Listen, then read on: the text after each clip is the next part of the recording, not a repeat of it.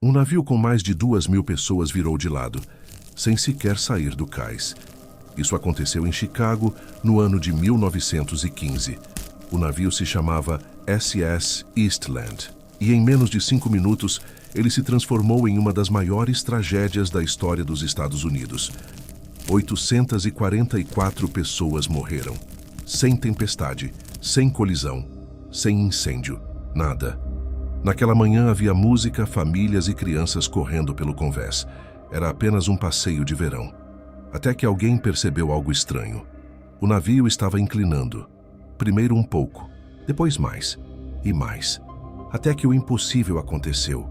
Um navio gigantesco, cheio de pessoas, simplesmente virou de lado no meio do rio. E o mais estranho de tudo, o navio nunca chegou a sair do porto. Mas para entender como isso foi possível, precisamos voltar para aquela manhã em Chicago. –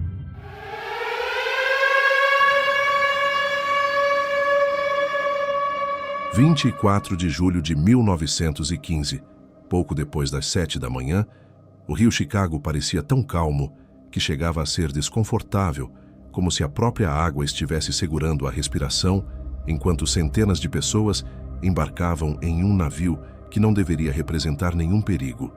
Um navio atracado, imóvel, cercado por risadas, música ao vivo e a expectativa leve de um dia comum que começava como tantos outros, com famílias inteiras carregando cestas de piquenique, crianças correndo entre os adultos e trabalhadores finalmente livres de uma rotina pesada, todos acreditando que estavam entrando em algumas horas de descanso, sem perceber que estavam, na verdade, entrando em uma estrutura que já não obedecia mais às regras básicas de estabilidade. Embora ninguém ali tivesse qualquer motivo para suspeitar disso, exceto por um detalhe pequeno demais para ser levado a sério. Uma inclinação sutil no piso, quase imperceptível, que fazia algumas pessoas ajustarem o peso do corpo e rirem da sensação estranha, como se fosse apenas mais uma peculiaridade de estar dentro de um navio. Do lado de fora, observadores no cais não viam nada de extraordinário. Apenas mais uma embarcação lotada se preparando para partir, enquanto lá dentro, no entanto, havia alguém que não estava rindo, alguém que conhecia o comportamento daquela máquina o suficiente para perceber que aquilo não era apenas uma oscilação normal, que não era apenas o movimento natural de um casco sobre a água, mas algo que persistia, algo que se repetia com uma insistência silenciosa e inquietante, como se o navio estivesse tentando encontrar equilíbrio e falhando em todas as tentativas, uma sensação difícil de explicar, ainda mais difícil de provar e completamente impossível de justificar diante de centenas de passageiros que só queriam aproveitar o dia, porque naquele momento tudo ainda funcionava, a música continuava tocando, os passos ainda acompanhavam o ritmo e as conversas preenchiam o ambiente com uma falsa normalidade que escondia um problema crescente que ninguém conseguia enxergar por completo. O mais perigoso não era a inclinação em si, mas a forma como ela era interpretada, ou melhor, ignorada, porque pequenas anomalias são facilmente descartadas quando não existe uma ameaça clara, quando não há fumaça, não há impacto, não há gritos, apenas um leve desajuste que se mistura ao ambiente e desaparece na rotina das pessoas. E foi exatamente isso que aconteceu naquele instante. A ideia de que nada realmente sério poderia acontecer ali, parado, em águas tranquilas com o navio ainda preso ao cais, sem qualquer sinal externo de desastre, criando uma confiança artificial que seria mantida por tempo suficiente para que o erro se tornasse irreversível. Lá embaixo, longe dos olhos dos passageiros, o esforço para corrigir o problema já havia começado, não como uma resposta desesperada, mas como um procedimento quase automático, algo já visto antes, algo que já havia sido resolvido outras vezes sem consequências, e é exatamente aí que a história começa a se tornar perigosa. Porque quando um erro já aconteceu antes e foi corrigido, ele deixa de ser tratado como ameaça e passa a ser tratado como rotina. E rotinas são seguidas sem questionamento, mesmo quando as condições já não são as mesmas, mesmo quando algo mudou de forma invisível, alterando completamente o comportamento de todo o sistema. Por alguns instantes, tudo pareceu voltar ao normal. A inclinação diminuiu, o equilíbrio retornou, e isso foi suficiente para que qualquer preocupação desaparecesse quase instantaneamente, reforçando a ideia de que aquilo não passava de um pequeno ajuste necessário, um detalhe técnico sem importância real. E foi exatamente essa sensação de controle que permitiu que a próxima decisão fosse tomada sem hesitação, sem dúvida, sem qualquer tipo de alerta interno. Porque quando tudo parece resolvido, ninguém espera que o pior ainda esteja por vir. Foi nesse momento que o navio começou a se mover. Não houve impacto, não houve falha visível, não houve qualquer sinal dramático que anunciasse o que estava prestes a acontecer. Apenas uma mudança quase imperceptível na posição, uma transição lenta entre o estado de repouso e o início do deslocamento, algo tão comum que não chamou a atenção de ninguém, exceto pelo fato de que, ao mesmo tempo em que avançava, o navio voltou a inclinar, mas dessa vez não como antes, não com a mesma suavidade, não com a mesma hesitação, mas com uma decisão silenciosa, como se finalmente tivesse ultrapassado um limite invisível que ninguém sabia que existia. As pessoas ainda tentaram tratar aquilo como algo passageiro. Algumas riram, outras apenas se ajustaram, mas a diferença estava no tempo, na persistência, na forma como o movimento não recuava, não corrigia, não voltava ao ponto de equilíbrio.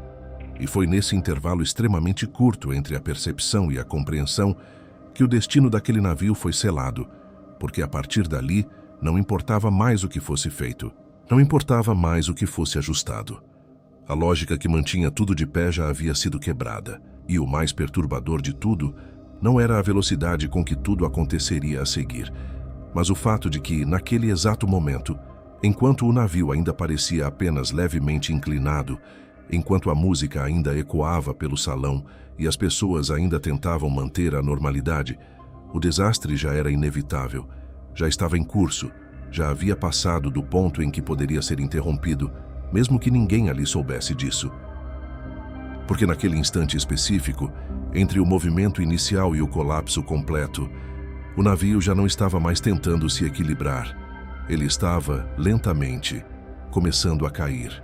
Muito antes daquela manhã aparentemente tranquila no Rio Chicago, o problema já existia, silencioso, invisível e perigosamente normalizado, escondido não em uma falha repentina ou em um erro isolado, mas em uma sequência de decisões que individualmente pareciam corretas, necessárias e até responsáveis, mas que juntas criaram algo que ninguém ali compreendia por completo, uma estrutura que carregava dentro de si um desequilíbrio crescente, como se o próprio navio estivesse sendo empurrado lentamente para um ponto de onde não conseguiria mais voltar. E o mais inquietante é que tudo isso aconteceu sem alarde, sem urgência, sem qualquer sensação de risco imediato, porque nenhuma dessas mudanças parecia, por si só, suficiente para provocar um desastre. O navio já tinha histórico de instabilidade, pequenas inclinações que surgiam em momentos específicos e que sempre eram corrigidas com ajustes de lastro, um processo técnico, repetido, eficiente o suficiente para criar confiança na tripulação, uma confiança que não vinha da ausência de problemas, mas da capacidade de resolvê-los rapidamente. E é exatamente isso que torna essa história ainda mais perigosa. Porque quando um sistema falha de forma controlada várias vezes, ele ensina todos ao redor que aquela falha não é uma ameaça real, mas apenas mais um comportamento administrável, algo que pode ser ignorado até o momento em que realmente precise de atenção. E então veio uma mudança que parecia, à primeira vista, uma evolução, uma resposta direta a outra tragédia que havia chocado o mundo poucos anos antes, quando a ideia de segurança nos navios passou a ser vista de forma completamente diferente, exigindo mais medidas, mais equipamentos, mais preparação para o pior cenário possível. E entre essas mudanças, havia uma que parecia indiscutível: adicionar mais botes salva-vidas, garantir que, caso algo desse errado, houvesse meios suficientes para evacuar todos a bordo. Uma decisão que, no papel, parecia não apenas correta, mas obrigatória. Mas segurança, quando aplicada sem considerar todas as variáveis, pode se transformar em um risco ainda maior. O peso extra foi sendo adicionado aos poucos, distribuído principalmente nos níveis superiores do navio, elevando o centro de gravidade de uma forma que não era imediatamente perceptível. Não alterava drasticamente o comportamento em condições normais, mas criava uma nova dinâmica, uma nova forma de resposta ao movimento, uma nova tendência que se manifestava apenas em momentos específicos, como se o navio tivesse perdido parte de sua capacidade de se autocorrigir, como se estivesse cada vez mais inclinado a continuar caindo uma vez que começasse a sair do equilíbrio. Nada disso era óbvio, nada disso parecia urgente. E talvez por isso, ninguém tenha parado para reavaliar o conjunto completo de mudanças, porque cada modificação isolada fazia sentido, cada ajuste tinha uma justificativa lógica. E quando todas essas decisões são tomadas de forma fragmentada, sem uma visão completa do impacto acumulado, o resultado final deixa de ser previsível, transformando o navio em algo que já não se comportava exatamente como antes, mesmo que externamente continuasse parecendo o mesmo. Essa transformação silenciosa criou uma ilusão extremamente perigosa, a de que tudo ainda estava sob controle. A tripulação confiava nos procedimentos, confiava na experiência acumulada, confiava na repetição de soluções que já haviam funcionado no passado, e essa confiança, construída ao longo do tempo, era forte o suficiente para suprimir qualquer dúvida mais profunda, porque duvidar significaria admitir que algo fundamental poderia estar errado, que o próprio navio poderia não ser tão seguro quanto parecia. E isso não era uma conclusão fácil de aceitar, não em um ambiente onde tudo dependia da ideia de que cada viagem começava e terminava sob controle absoluto. E foi assim que o problema atravessou o tempo, de viagem em viagem, de ajuste em ajuste, sempre resolvido, sempre contido, sempre tratado como algo menor, até chegar naquela manhã específica, quando todas as condições necessárias para o colapso estavam finalmente presentes ao mesmo tempo, criando um cenário que nunca havia sido testado de verdade, nunca havia sido enfrentado em sua forma completa, um ponto crítico, onde a soma de pequenas decisões se transformaria em um único evento impossível de reverter. O mais perturbador não é que o navio fosse instável, é que ele parecia estável o suficiente para enganar todos ao seu redor. E naquele dia, pela primeira vez, essa ilusão seria levada ao limite, porque quando a inclinação voltasse, ela não seria apenas mais um ajuste a ser corrigido. Seria o início de algo que ninguém ali estava preparado para enfrentar. E pela primeira vez, o navio não iria responder como antes. Ele iria continuar, mesmo depois de todos acreditarem que já estava sob controle. No momento em que a inclinação voltou, ela ainda não parecia diferente das outras vezes. E foi exatamente isso que tornou tudo ainda mais perigoso, porque o cérebro humano tende a comparar o presente com o passado imediato, buscando padrões familiares para interpretar o que está acontecendo. E naquele caso específico, tudo ainda se encaixava dentro de algo já conhecido, algo já vivido, algo que até então sempre havia sido resolvido, criando uma sensação quase automática de que aquilo não passava de mais um episódio temporário, mais um ajuste necessário antes da partida, mais um comportamento estranho que logo seria corrigido como tantas outras vezes. Dentro do navio, a música ainda tocava, o ritmo ainda guiava os passos de quem dançava. E mesmo com o chão levemente inclinado, muitos tratavam aquilo como parte da experiência, como uma curiosidade, uma leve instabilidade que não parecia ter qualquer consequência real, porque nada no ambiente indicava urgência. Não havia gritos, não havia correria, não havia qualquer sinal externo que transformasse aquela inclinação em uma ameaça imediata. Apenas uma sensação incômoda que se misturava com a normalidade ao redor, diluindo qualquer tentativa de interpretação mais séria do que estava acontecendo. E é exatamente nesse tipo de cenário que o erro mais crítico acontece. Não por falta de informação, mas por excesso de confiança. Porque quando algo já foi resolvido antes, ele deixa de ser visto como um problema e passa a ser visto como um processo, algo previsível, controlável, algo que não exige reação imediata. E foi isso que aconteceu ali, naquele intervalo curto e decisivo, quando a tripulação iniciou os procedimentos que já conhecia, bombeando água para os tanques de lastro, redistribuindo o peso, tentando forçar o navio de volta ao equilíbrio, exatamente como haviam feito em outras ocasiões, exatamente como sempre havia funcionado. Por alguns segundos, pareceu dar certo. A inclinação diminuiu. O piso voltou a uma posição mais confortável. Os corpos deixaram de se ajustar instintivamente. E esse pequeno retorno à normalidade foi suficiente para reforçar a crença de que tudo estava sob controle, de que aquilo não passava de mais um comportamento temporário, mais uma situação resolvida antes mesmo de se tornar um problema real. E é nesse ponto que a percepção coletiva se torna uma armadilha. Porque quando todos ao redor acreditam que não há perigo, qualquer sinal contrário tende a ser ignorado, minimizado ou simplesmente descartado. Mas o que ninguém ali percebeu é que aquela correção não era uma solução.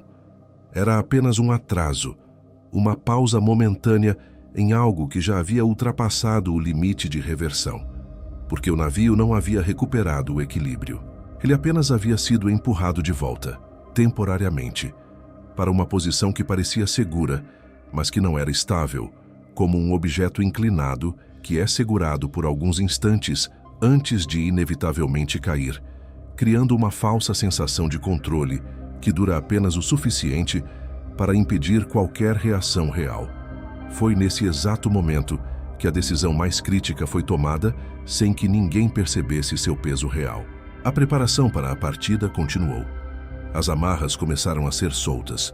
O navio iniciou um movimento lento, quase imperceptível, afastando-se do cais enquanto dezenas de passageiros se concentravam em um dos lados, acenando, sorrindo, completamente alheios ao fato de que aquele simples deslocamento estava alterando toda a distribuição de peso de uma forma que o navio já não era capaz de suportar. E então, sem aviso, sem transição, sem qualquer sinal progressivo que permitisse antecipar o que estava por vir, a inclinação voltou. Mas dessa vez, algo estava diferente. Ela não parou. Ela não recuou. Ela não respondeu.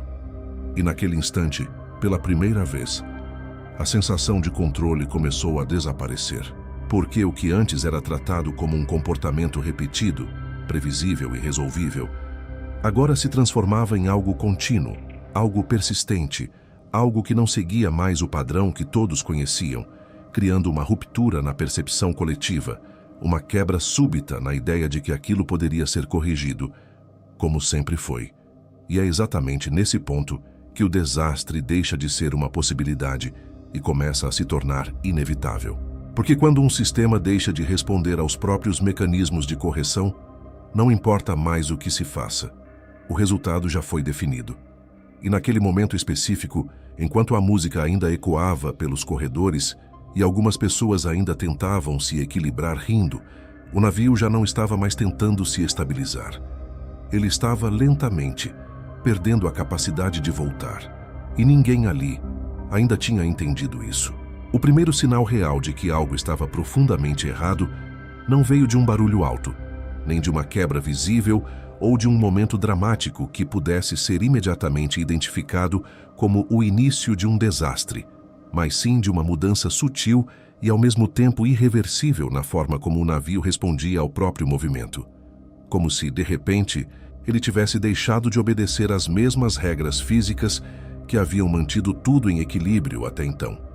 E essa diferença não estava apenas na intensidade da inclinação, mas na ausência completa de resposta, na forma como o navio simplesmente continuava cedendo, ignorando qualquer tentativa de correção que estivesse sendo feita naquele momento. No convés, a percepção começou a mudar de forma quase imperceptível, não como um pânico imediato, mas como uma dúvida que se espalhava lentamente entre as pessoas, uma sensação incômoda que não podia mais ser ignorada, porque agora os objetos não apenas escorregavam, eles deslizavam com força, com velocidade suficiente para chamar atenção.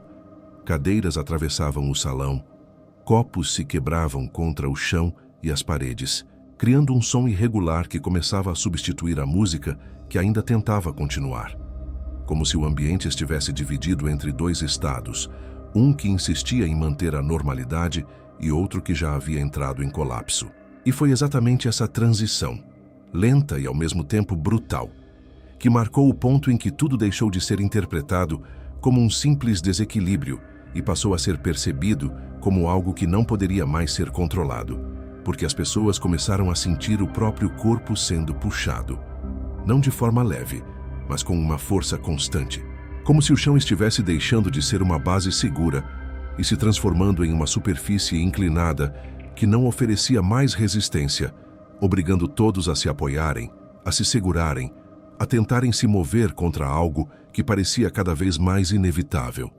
Lá fora, no cais, a situação já não parecia normal. Aqueles que observavam começaram a perceber que a inclinação não era mais sutil, que havia algo errado na forma como o navio estava se comportando, mas ainda assim, por alguns instantes, ninguém conseguia compreender completamente o que estava acontecendo, porque não fazia sentido, não naquele contexto, não com o navio ainda praticamente parado, não sem uma colisão, não sem uma tempestade, não sem qualquer evento que justificasse aquele comportamento, criando um atraso crítico entre a percepção e a reação. Dentro do navio, esse atraso foi ainda mais fatal. As pessoas começaram a se mover em direção oposta à inclinação, tentando equilibrar o peso, tentando instintivamente corrigir algo que já não podia ser corrigido, e esse movimento coletivo, feito sem coordenação, sem orientação, acabou intensificando ainda mais o problema, concentrando ainda mais peso em pontos críticos, acelerando um processo que já estava fora de controle, transformando cada tentativa de reação em um fator que contribuía diretamente para o colapso. Foi nesse momento que a água apareceu, não como uma inundação imediata, mas como um primeiro sinal, um contato frio e inesperado que vinha de um lugar onde não deveria estar, infiltrando-se pelos acessos mais baixos, avançando lentamente, quase silenciosamente, até que sua presença se tornasse impossível de ignorar. E quando isso aconteceu, quando as pessoas finalmente perceberam que havia água entrando, a compreensão mudou completamente.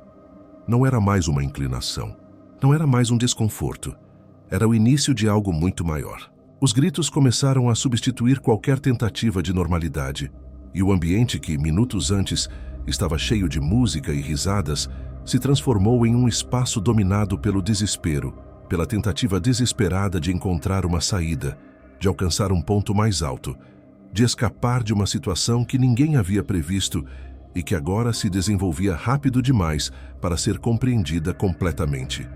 E enquanto isso, o navio continuava, sem parar, sem responder, sem qualquer sinal de que voltaria ao equilíbrio.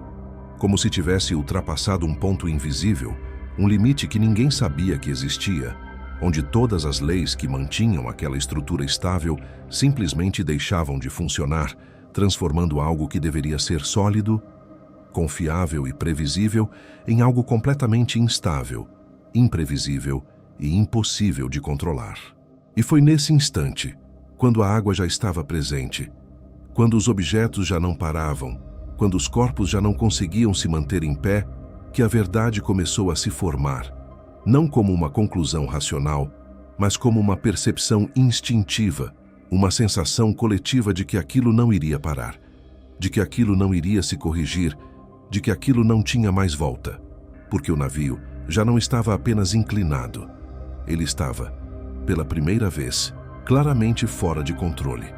E a partir dali, não se tratava mais de evitar o desastre. Se tratava apenas de sobreviver ao que vinha a seguir.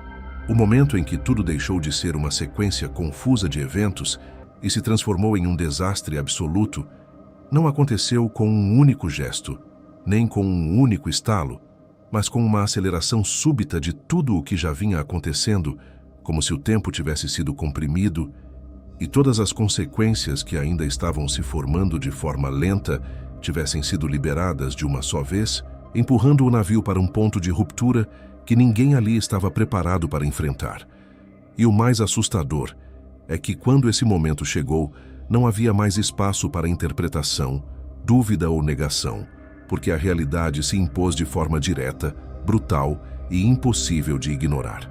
A inclinação atingiu um ângulo que já não permitia mais que as pessoas permanecessem em pé.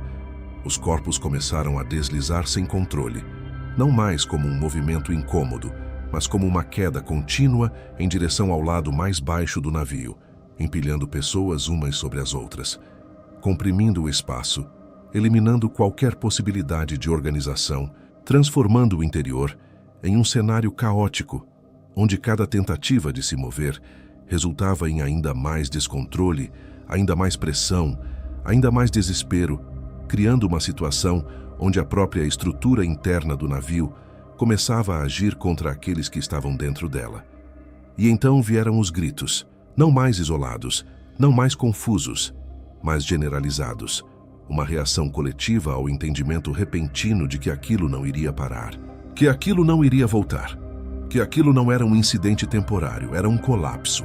As pessoas começaram a correr, ou pelo menos tentaram, mas correr em uma superfície que já não se comportava como chão era quase impossível.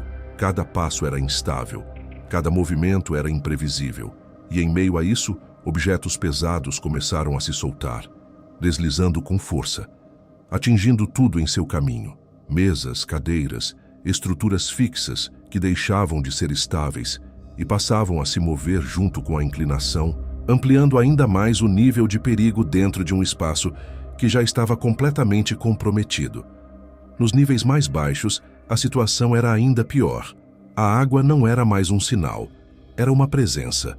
Entrava com força suficiente para empurrar, arrastar e prender aqueles que estavam ali, reduzindo drasticamente o tempo de reação, eliminando qualquer chance de organização, criando bolsões de pessoas comprimidas contra paredes, contra estruturas metálicas, contra tudo que estivesse no caminho.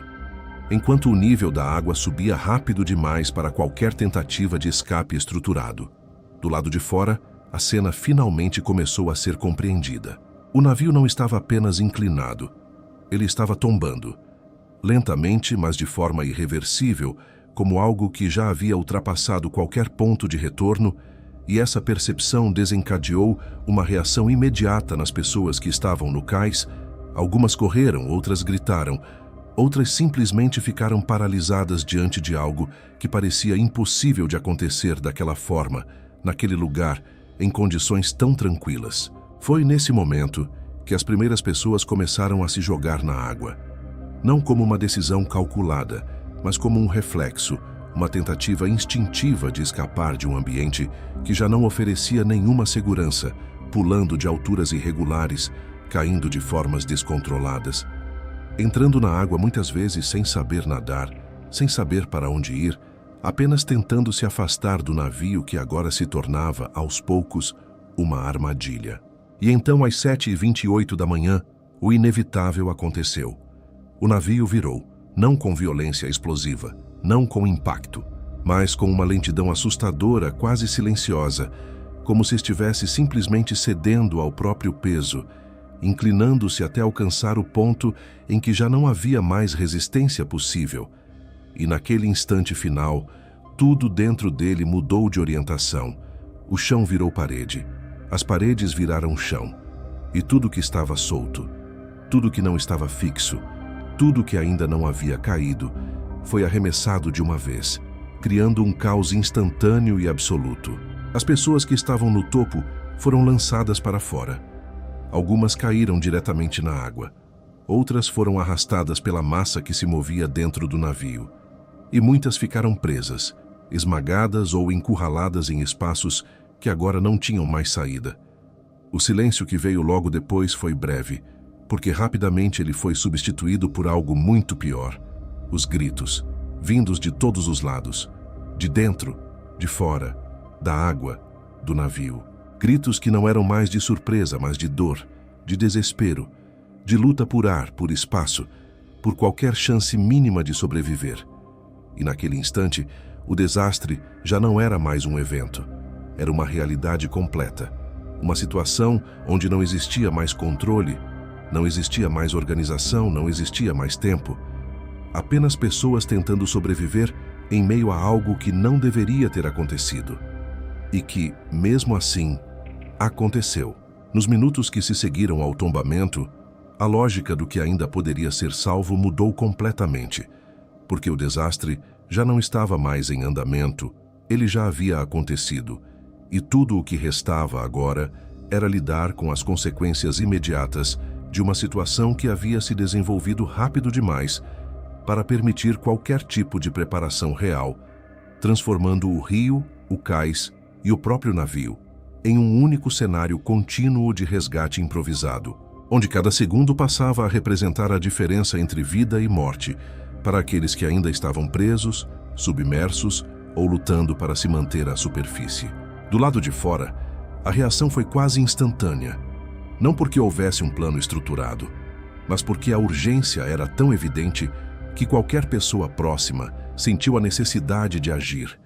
E foi assim que tudo o que pudesse flutuar começou a ser jogado na água.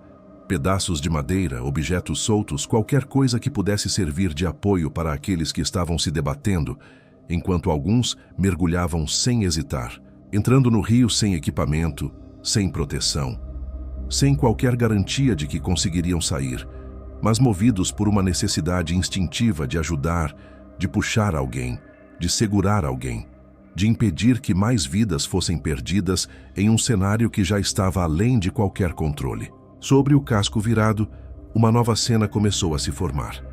Pessoas que haviam conseguido escapar se equilibravam na superfície exposta do navio, tentando encontrar estabilidade em algo que minutos antes era a base de toda a estrutura, e agora se tornava uma espécie de ilha improvisada, enquanto outras tentavam subir, agarrando-se a qualquer parte acessível, criando um fluxo constante de movimento, onde cada espaço disponível era disputado, não por desespero caótico, mas por necessidade imediata de sobrevivência.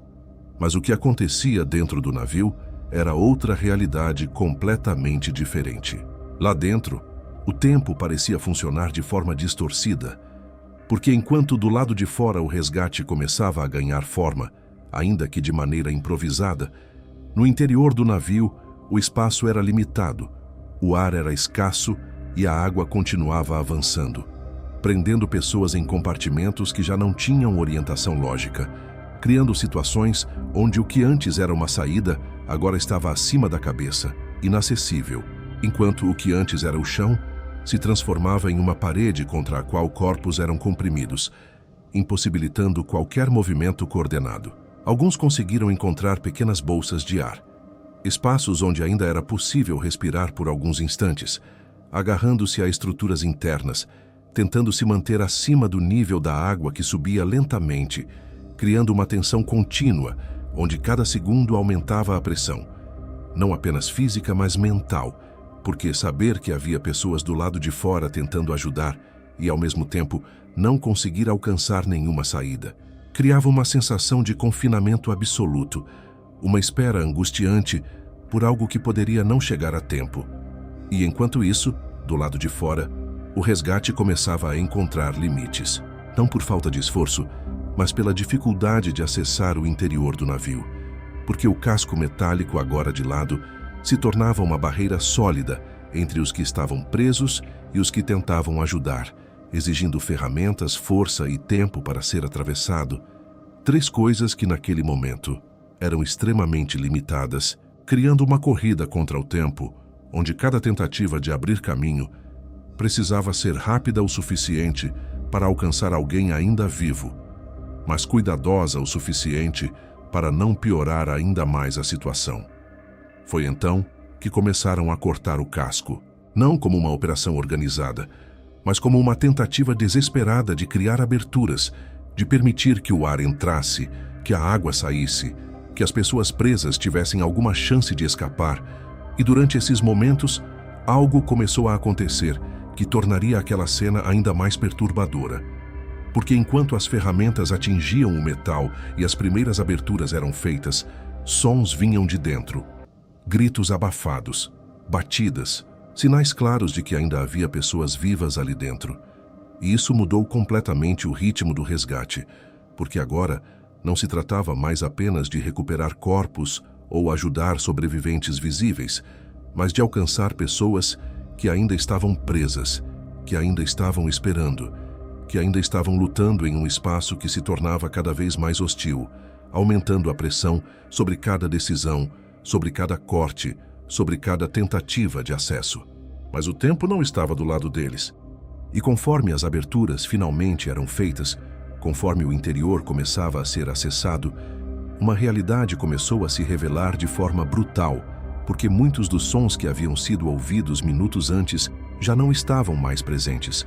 Muitos dos espaços que ainda tinham ar agora estavam completamente tomados pela água, e o que antes era uma esperança imediata começava a se transformar em uma constatação inevitável de que, para muitos, Rajuda havia chegado tarde demais. E foi nesse momento que a verdadeira dimensão do desastre começou a se tornar clara, não apenas pelo número de pessoas envolvidas, mas pela forma como tudo aconteceu. Rápido demais, silencioso demais e, acima de tudo, inesperado demais. Porque o que começou como uma leve inclinação, algo ignorado, algo tratado como irrelevante, havia se transformado em uma sequência de eventos que ninguém ali conseguiu interromper. E agora, tudo o que restava era lidar com o que sobrou. À medida que os minutos avançavam e a movimentação ao redor do navio se intensificava, uma mudança silenciosa, porém devastadora, começou a acontecer na percepção coletiva do que havia ocorrido ali. Porque o que inicialmente parecia um acidente isolado, algo inexplicável, mas ainda assim pontual, começava a revelar um padrão muito mais perturbador, não apenas nas consequências, mas na própria origem do desastre, como se aquilo não fosse resultado de um único erro, de uma única falha, mas de algo mais profundo, algo que havia sido construído ao longo do tempo, peça por peça, decisão por decisão, até alcançar aquele ponto inevitável de colapso. As equipes de resgate continuavam trabalhando, retirando sobreviventes, removendo corpos, tentando identificar quem ainda poderia ser salvo, mas conforme o fluxo diminuía, conforme os espaços acessíveis já haviam sido explorados, a realidade começava a se impor de forma mais clara, não apenas pelo número crescente de vítimas, mas pela dificuldade em compreender como algo daquela magnitude poderia ter acontecido em condições tão normais, em um ambiente que não apresentava qualquer ameaça visível, criando uma ruptura entre a expectativa e o resultado que tornava tudo ainda mais difícil de aceitar. E foi nesse momento que as perguntas começaram a surgir. Não como curiosidade, mas como necessidade. Como tentativa de dar sentido a algo que parecia não ter explicação lógica. Porque não havia tempestade, não havia colisão, não havia explosão. Nada que justificasse um navio daquele porte simplesmente tombar atracado, em águas calmas com centenas de pessoas a bordo.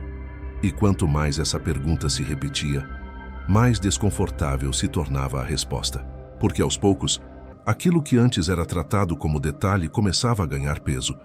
As pequenas inclinações anteriores, os ajustes frequentes, as mudanças estruturais feitas ao longo do tempo, tudo começava a se conectar de uma forma que ninguém havia considerado antes, formando um cenário onde o desastre deixava de ser um evento inesperado e passava a ser a consequência direta de um sistema que já não funcionava como deveria, mas que continuava sendo tratado como seguro apenas porque ainda não havia falhado de forma catastrófica.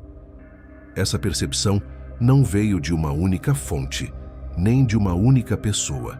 Ela se formou lentamente, a partir de relatos, de observações, de detalhes que, quando analisados isoladamente, não pareciam suficientes para explicar o que aconteceu, mas que, quando reunidos, revelavam algo muito mais preocupante, uma cadeia de decisões que, embora bem intencionadas, haviam alterado profundamente o comportamento do navio, elevando seu centro de gravidade, reduzindo sua estabilidade e criando uma condição onde bastava um pequeno desequilíbrio para iniciar um processo que não poderia mais ser interrompido.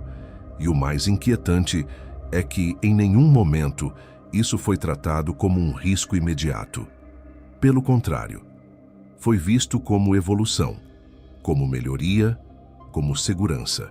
Porque adicionar botes salva-vidas, reforçar estruturas, aumentar a capacidade de resposta a emergências, Eram medidas que, no papel, representavam progresso, representavam proteção, representavam uma tentativa de evitar tragédias como as que haviam ocorrido no passado.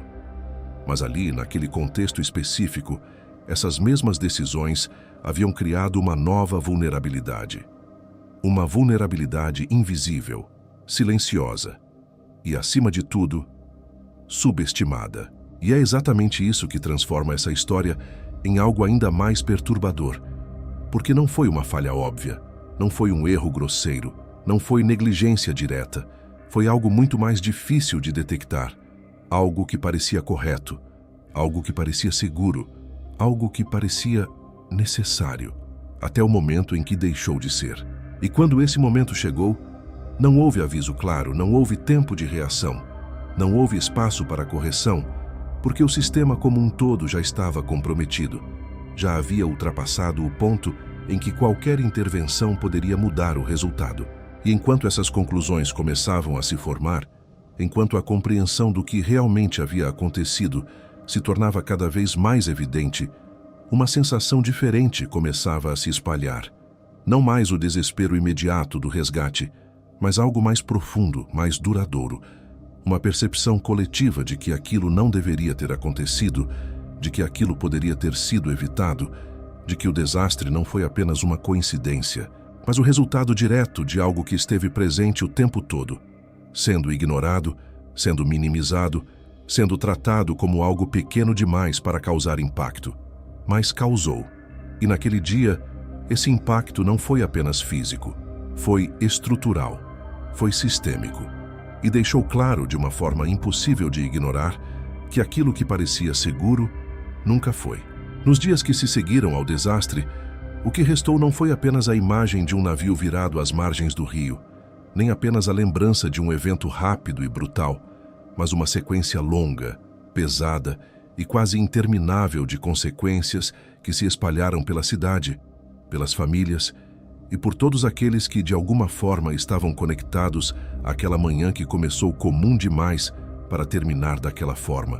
Porque quando a urgência do resgate diminuiu, quando os gritos deram lugar ao silêncio e quando a movimentação frenética começou a desacelerar, a realidade passou a se manifestar de uma maneira ainda mais difícil de enfrentar.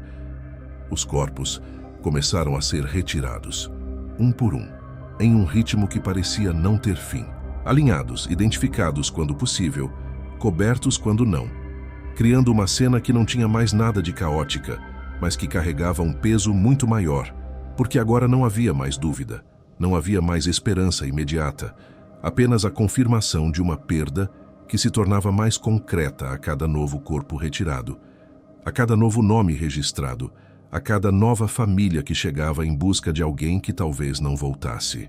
A cidade inteira começou a sentir o impacto, não como uma notícia distante, mas como algo próximo, pessoal, inevitável, porque muitos dos que estavam naquele navio não estavam sozinhos, eram famílias inteiras, grupos de colegas, pessoas que compartilhavam a mesma rotina, o mesmo trabalho, o mesmo cotidiano.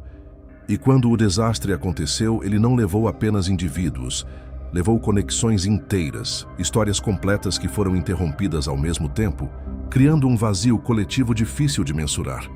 Funerais começaram a acontecer em sequência, não isolados, mas sobrepostos, como se o tempo não fosse suficiente para processar uma perda antes que outra surgisse, obrigando pessoas a lidarem com múltiplas despedidas em um espaço de poucos dias, criando uma sensação de continuidade no luto, como se a cidade estivesse presa em um único momento que não terminava, que não se resolvia, que apenas se repetia.